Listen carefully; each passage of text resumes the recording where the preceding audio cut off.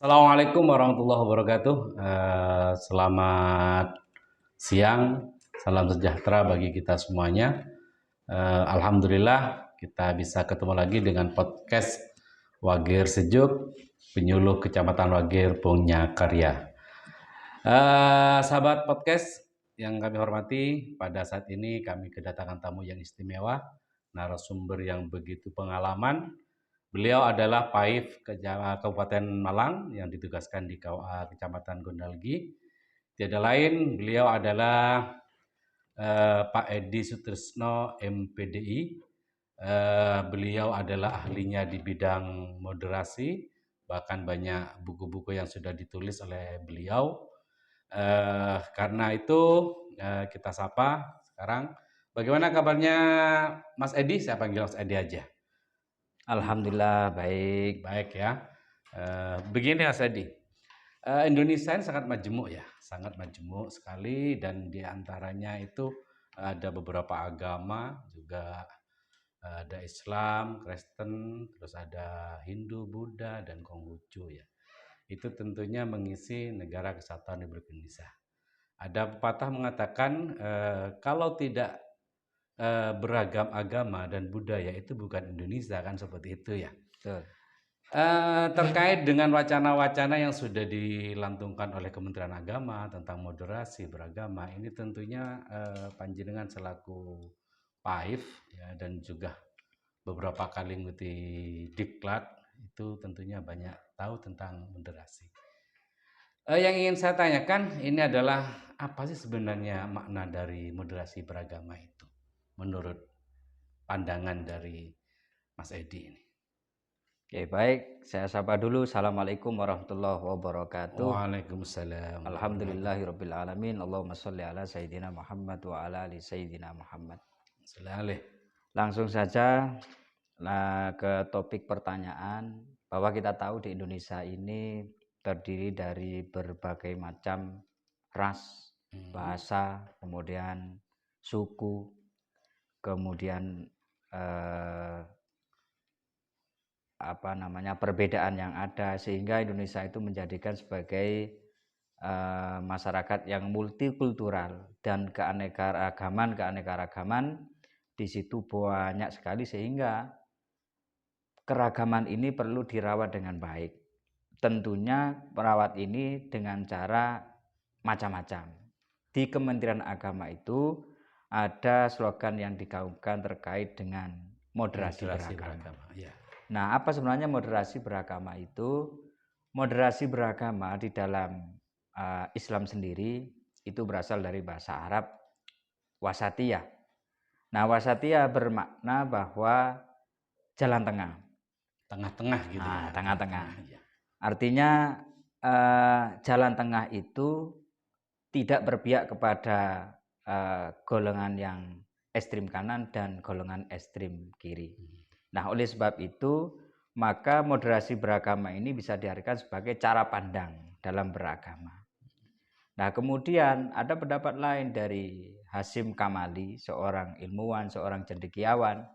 Nah, di situ mengatakan bahwa di dalam moderasi beragama itu harus ada kata inti yang menyertainya, di mana dia mengungkapkan secara bahasa kata kunci ya. Di dalam bahasa Inggris dia mengatakan moderation, confidence, kemudian balancing, kemudian justice.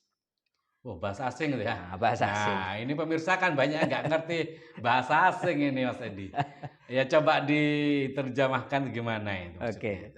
Berimbang itu balancing itu artinya berimbang. Kemudian justice itu adil. Nah, di dalam wasatiyah sendiri, konsep di dalam Islam itu, padanan kata di situ ada yang namanya tawazun. Ya. Tawazun itu kan berimbang. Kemudian ada iktidal. Iktidal itu artinya adil. Nah, di situ itu konsep moderasi itu harus ada itunya. Jadi istilahnya itu mengkompromikan antara beberapa pemahaman-pemahaman di dalam agama, bukan berarti kompromi dalam bidang usuliyah. Artinya kompromi dalam Nah, kita itu harus saling menghargai satu, kemudian saling menghormati Ya. antara perbedaan yang ada, baik dalam pandangan madhab maupun dalam perbedaan-perbedaan dalam pandangan untuk melaksanakan kehidupan sehari-hari dalam agama Islam. Itu kalau di dalam Islam. Nah, penekanannya adalah di situ apa namanya, kita itu harus saling menghargai, menghormati perbedaan yang ada supaya keragaman itu tetap terjaga. Artinya begini ya, saya simpulkan. Kita kan hidup di Indonesia kan ya, dengan bermacam-macam agama tadi yang saya sebutkan ada 6 agama. Tentunya kita itu ketika kita melaksanakan agama ya kan, agama itu kan artinya itu Islam kan selamat kan seperti itu ya. Bahkan Islam itu rahmatan lil alamin. Kita tidak sewenang-wenang langsung mengatakan itu salah, itu kafir, tidak seperti itu betul, ya. Betul. Oh gitu. Jadi kan hidup di Indonesia itu kita kan harus paham dengan itu kan seperti itu ya. Betul. Oke, sangat terima kasih Pak Edi. Terus yang ini, apakah dalam semua agama itu mengenal moderasi beragama? Kalau Islam sejelas kan Wasatiyah tadi itu, apalagi yang digaungkan oleh Nahdlatul Ulama ya, bukan karena saya itu orang NU bukan, tapi memang Nahdlatul Ulama itu kan seperti itu. Nah, itu apakah setiap agama itu punya hal moderasi seperti itu? Nah, sebenarnya dalam semua agama itu sudah ada konsep moderasi beragama di situ. Kalau Islam kita tahu wasatiyah kan ya. Itu konsep dalam Islam itu moderasinya di situ. Nah, kemudian di dalam agama Kristen juga ada. Namanya Kristen itu menengahi antara ajaran tafsir dalam agama Kristen. Tafsir maksudnya di dalam memahami sebuah agama di dalam umatnya.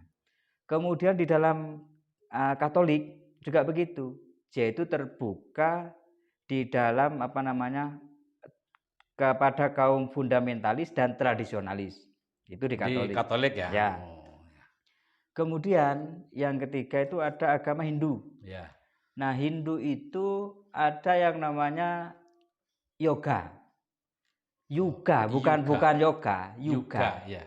Yoga ini kalau dilacak ribuan tahun yang lalu, ini adalah konsepnya Hindu. Nah, dia itu konsepnya Hindu. Ini sebenarnya ada 4 yoga. Tapi semuanya 4 ini, yoga itu dibagi 4. Tapi yang dikenal semua 4 itu, yoga itu namanya. Yoga. Pakai U, yoga. Nah, itu juga mengadaptasikan di dalam ajarannya tentang moderasi. Itu yang Hindu. Berarti semacam kedamaian seperti itu ya. Betul. Kemudian Buddha itu esensi moderasi itu ada di dalam ajarannya Siddhartha Gautama. Oh iya, Siddhartha Gautama. Saya pernah dengar itu. Betul, tapi belum jelas apa maksudnya itu. Di Siddhartha itu konsep esensi ajarannya adalah dia melindungi semua makhluk hidup. Semua, bukan hanya manusia. Iya, makhluk hidup lah, baik itu tumbuhan, hewan, ya kan? Betul. Itu manusia, tentunya seperti itu. Iya, betul. Kemudian yang kedua, mencapai kesempurnaan.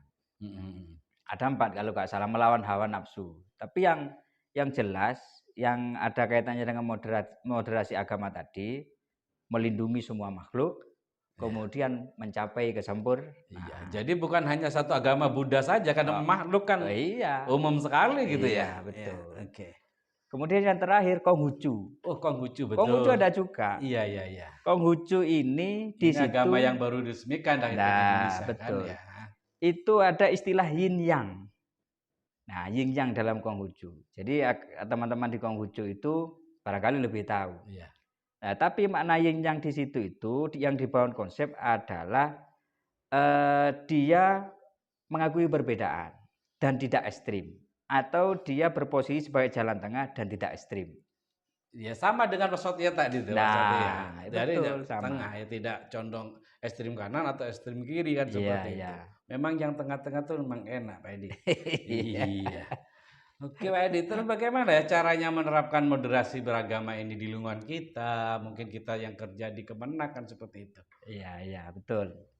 Jadi sebelum kita melangkah ke sana, eee, sebetulnya moderasi beragama bagaimana diterapkan lebih awal dulu ya, Betul ya. sebelum kita meluas. Iya. Pertama begini, satu yang bisa diterapkan adalah yang paling utama itu adalah di lembaga pendidikan. Malah di lembaga pendidikan ya. Iya, betul. Mulai dari tingkat dasar Nah, lah. mulai dari tingkat dasar. Iya. Bahkan mungkin prasekolah di TK, PAUD itu kan ya. Betul, iya. Heeh. Esensinya apa kok harus di dunia pendidikan dulu? Nah, mengapa kok di dunia pendidikan? Ada riset dari Setara Institute tahun 2011, Iya, iya. kemudian ada White Institute Oh, iya, iya. 2015, Itu kemudian kalau tidak ada salah anunya Gus Dur itu ya. betul, Heeh. ada White Foundation 2016. Nah, di situ menyatakan bahwa pemahaman-pemahaman radikal, ekstremis itu ditanamkan ada di lembaga-lembaga pendidikan, baik siswanya kemudian gurunya. Nah, dari permasalahan itulah maka pentingnya lembaga pendidikan ini sebagai basis laboratorium moderasi beragama. Nah, Iya. bagaimana nanti caranya? Nah, ini yang perlu digodok bareng-bareng. Iya. Memang dunia pendidikan itu kita kompleks sekali ya. Kan mulai Iya. dari pra kan ya. Betul. Pra, terus dasar, menengah sampai ke Iya. tinggi. Dan di situ tentunya biasanya ilmu-ilmu yang sangat diperoleh itu memang di dunia pendidikan. Iya, kan, seperti betul. itu. Maka mungkin ya perlu adanya kurikulum kurikulum moderasi mungkin itu masuk ke dunia pendidikan Iya, mulai iya. dari pra sampai ke jenjang perguruan tinggi. Iya, betul. Oh, begitu ya. Nah, terus kembali ke pertanyaan saya tadi, terus bagaimana cara menerapkan moderasi beragama ini untuk di lingkungan kita? Nah, Selain kan kita kan sudah dunia masyarakat iya, kan? betul. Nah, itu yang pertama tadi ya. Iya. Kemudian yang kedua itu kita melakukan pendekatan sosio-religius. Oh ya, sosiologi. Sosio-religius itu moderasi beragama di dalam berbangsa dan bernegara. Iya.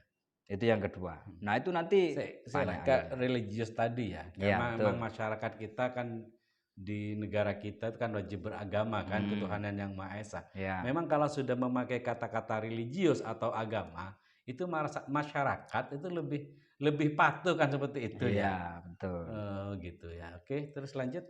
Nah, religius di sini dalam artian kita itu harus peka terhadap kondisi lingkungan di sekitar kita, terutama berbangsa dan bernegara.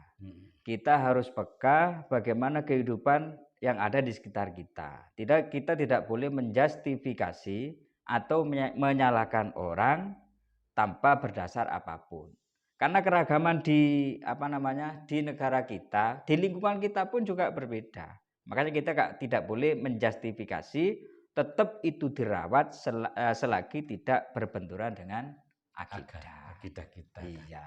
Iya, memang kan saya pernah mendengar dari teman-teman itu lakum dinukum waliyadin kan seperti kan. Iya, betul. Intinya kita dalam bermoderasi beragama tidak langsung masuk ke agamanya mereka kan seperti itu. Iya. Oke, terima kasih. Nah, terus kita kan ini di penyuluh ya, ya Pak Edi, di penyuluh ya, terutama jenengan itu sudah aktif sekali di penyuluhan tentang moderasi ini. Nah, jika penyuluh agama sebagai penggerak moderasi beragama, ya kan, apa sih yang harus dilakukan itu bagi kita selaku penyuluh agama ini? Oke. Ya. Baik, saya flashback ke belakang. Siap. Flashback ke belakang ketika Jangan jauh-jauh. Oh iya, flashback ke belakang. Ketika Menteri Agama yang sebelum Gus Yakut, Pak Lukman Hakim. Betul. Pada tahun 2019 beliau menggaungkan moderasi beragama.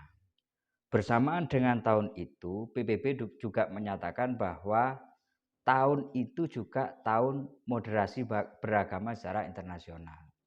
Barengan berarti. Bebarengan. Nah, itu istilahnya disebut the International of Moderation in the Year. Jadi diulangi. The International of Moderation in the Year. Oh ya, hari internasional ya. International Moderation. Ya. Kemudian berlanjut oleh Gus Yakut ini juga diteruskan juga, mulai dari pusat kemudian sampai ke bawah. Di bawah ini tentunya kan secara otomatis kan kantor urusan agama Iya, kecamatan. betul betul betul betul. Nah, di situ juga ada kepala KUA, juga ada penyuluh, juga ada staf. Mhm. Tetapi sebagai ujung tombak yang pertama Iya, itu adalah penyuluh. penyuluh, karena yang terjun Nah, ke masyarakat. karena terjunnya ke Iya, masyarakat. di Kementerian Agama itu terkenal dengan corongnya Nah, Kementerian corongnya Agama. Kementerian Agama. Iya, Setiap rapat pun, setiap iya, pertemuan, tetap penyuluh ini digaung-gaungkan untuk sebagai corongnya corongnya Kementerian Kementerian Agama. Agama, terutama di dalam menyebarkan moderasi Moderasi beragama. beragama ini. Bagaimana caranya? Ya kita berusaha untuk melakukan praktek-praktek keagamaan yang tidak berbenturan dengan masyarakat Iya, dan sebagai pegangan iya. tidak melenceng kepada akidah. Mhm. Nah, ini untuk lebih jelasnya dan lebih lengkap itu ada yang sudah dicetak di buku. Karyanya sampean mungkin ya? Loh, ini karyanya yang menanya kepada saya ini. Nah, Penyuluh agama sebagai agen perubahan moderasi moderasi beragama. beragama. Ya, ini sudah dikeluarkan tahun 21. 2021 ya? Mm-mm. Iya. Pengarangnya penulis pertama adalah Pak Marsidi, Iya. kemudian saya yang kedua, Iya. kemudian Bu Memes yang ketiga. Iya. Itu memang kami tertarik dengan pola kehidupan apa ya? Moderasi beragama, kerukunan beragama yang ada di Bajulmati. Ah, Yang betul. dipromotor oleh Pak Izar itu. Nah, betul. Nah, terus yang saya juga sangat tertarik, saya pernah baca di bukunya karangannya sampean gitu, tentang apa Islam Nusantara itu ya. Ya, Nah, di situ kan juga memuat tentang moderasi beragama betul. di dalamnya gitu. Iya. Terus begini, selama ini yang dilakukan penyuluh agama dalam prakteknya moderasi ya, dalam praktek loh ya, dalam Iya, praktek iya. sehari-hari untuk mewujudkan moderasi beragama itu apa saja? Iya, baik. Kalau di kita sendiri ya, Iya. kemarin pernah kita mengadakan di Bajulmati itu, kalau nggak salah Sama tanggalnya anu tuh, sama desa Sidodadi ya? Sidodadi, sama Iya, di desa Kecamatan Sidodadi. Gedangan kan ya? Ya, dilaksanakan di desa Sidodadi. Mhm. Itu tanggalnya 18-19 Mei 2022. Mhm. Nah, konsep mengadakan itu kemudian sekaligus melaunching Kampung Moderasi Kampung Beragama. Moderasi. Pada waktu itu yang meluncurkan Pak Kepala ya, Ya, juga dari Kanwil hadir kan? Pak Kanwil hadir, Pak Imron. Iya, Kemudian Pak Kepala Pak Kepala terus dari ke pemerintah kabupaten juga hadir, Pak juga Bupati waktu hadir. itu ya, diwakili Ya, oleh asisten satu itu waktu itu. ya. Kemudian kan juga non-Islam, Nasrani, kemudian apa namanya? Buddha, Hindu, itu kan semuanya hadir. Semua hadir Semua ya. hadir. Membaur ya. Membaur. Kabarnya Iya. ini, kabarnya. Itu kan apa ya? Juga ada kemah moderasi seperti itu ya? Iya, betul. Iya. Nah, terus di situ itu bagaimana sistemnya itu untuk menerapkan itu? Apa dalam satu rumah atau tenda itu hanya orang Islam saja? Iya, Kan iya. percuma kalau seperti itu. Iya, betul. Oke. Karena format kita inisiasi pertama itu adalah saling menghormati antara pemeluk agama lain, maka camp-camp yang ada itu di perumahan itu kan itu dalam satu kelompok kan ada 10 orang kan ya. 10 orang. 10 ya. orang. Situ ada agama Nasrani, ada agama Hindu campur jadi satu. Itu bisa hidup situ itu kan ya? Lah ternyata bisa. Iya. Awalnya yang non-Islam ini tidak menginap di sana, Iya. kan itu pelaksananya kan 2 hari. Betul. Jadi 1 malam nginap. Ternyata semuanya kepingin nginap semuanya. Hebatnya di situ ya. Nah, inilah Kabupaten Malang itu memang kerukunannya memang kuat sekali. Kuat sekali. Iya. Ini saya dengar dari beberapa peserta waktu itu kan, peserta itu bahkan untuk 2 hari kurang katanya. Nah, iya, betul. Iya, dan juga nilai positifnya ya pasca daripada kemah moderasi dengan launching Kampung Moderasi itu ada sebuah komunitas kelompok antar agama ya. Betul. Iya. itu bagus sekali itu. Terus begini lagi, Pak Edi, pesan-pesan sampean kepada masyarakat ya, mungkin Mhm. podcast ini adalah, bisa dinikmati oleh banyak pemirsa kan seperti itu. Iya iya. Mungkin ada pesan atau kesan atau kata-kata bijak tentang moderasi yang bisa dikonsumsi oleh masyarakat umum? Oke. Terkait dengan moderasi ini, karena moderasi beragama itu digaungkan mulai tahun 2019, Mhm, padahal konsep itu di Al-Qur'an kan sudah ada di betul, Al-Qur'an. Di agama lain juga ada. mhm, Kemudian digaungkan 2019 sampai hari ini, betul, kemudian kumpulan-kumpulan tulisan itu saya kira ya buat harus diperbanyak karena mhm, masih sedikit sekali betul, yang menulis terkait literasi tentang moderasi beragama. Kemudian saya sendiri juga mencoba menulis terkait moderasi beragama itu, pertama yang terbitan di jurnal Bimas Islam, iya, heeh, itu volume 12 tahun 2019 betul, heeh, dengan judul Aktualisasi Moderasi Beragama di Lembaga Pendidikan. mhm, Nah, terkait pengertian bagaimana, kemudian praktek di lembaga pendidikan seperti apa, bisa dilihat di jurnal Bimas Islam. mhm, Kemudian ada lagi kemarin itu karena di Bajul Mati dan di Sidodadi itu termasuk berbeda agama jadi satu di situ, ada agama Islam, agama Hindu, kemudian agama Kristen jadi satu, iya, maka saya menulis tentang eh, model kerukunan, role model kerukunan umat beragama di Lintas Selatan. iya iya Itu bisa dilihat di jurnal Balitbang Dialog Kementerian Agama iya, tahun 2020. oh